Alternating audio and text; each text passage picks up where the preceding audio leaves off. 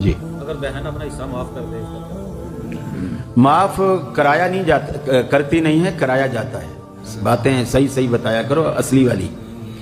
کبھی دنیا میں ایسا بھی سنا ہے کہ بھائی نے بہن کو اپنے حصے معاف کر دی؟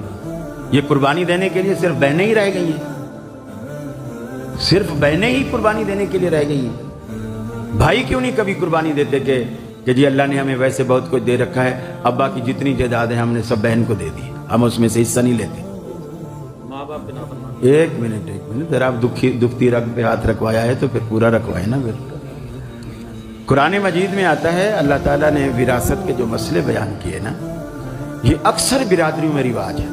ماں باپ مرنے سے پہلے اپنی زندگی میں بیٹیوں سے لکھوا لیتے ہیں کہ تم اپنے بھائیوں کو معاف کر دے رہی ہو اور بھائیوں سے حصہ نہیں مانگو گی، اور یہ ماں باپ لکھوا کے جاتے ہیں۔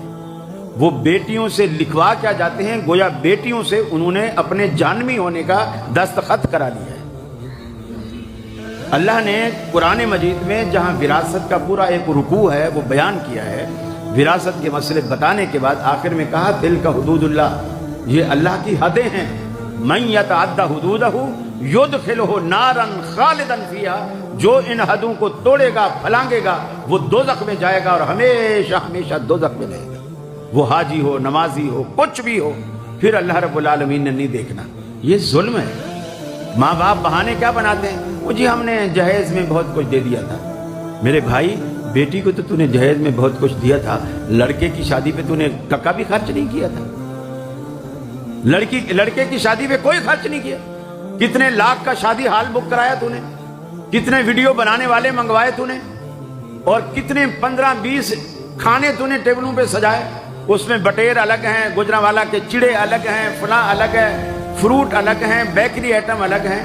میں تو کراچی میں ایسی شادیاں دیکھتا ہوں، کچھ لوگوں کی ایسی شادیاں ہوتی ہیں، یقین مانیے وہ ایک چیز بھی تھوڑی تھوڑی کھاؤ نا تو بھی ہم ساری چیزیں نہیں کھا سکتے۔ اتنے آئٹم ہوتے ہیں اور اتنی صرف نمود و نمائش پہ، اور 10-10 لاکھ روپے وہاں آرمی کے بڑے بڑے ہال ہیں، 10-10 لاکھ روپیہ صرف ہال کا کرایہ ہوتا ہے، بکنگ کا، باقی کھانا پینا وہ چیز وہ سب الگ ہے۔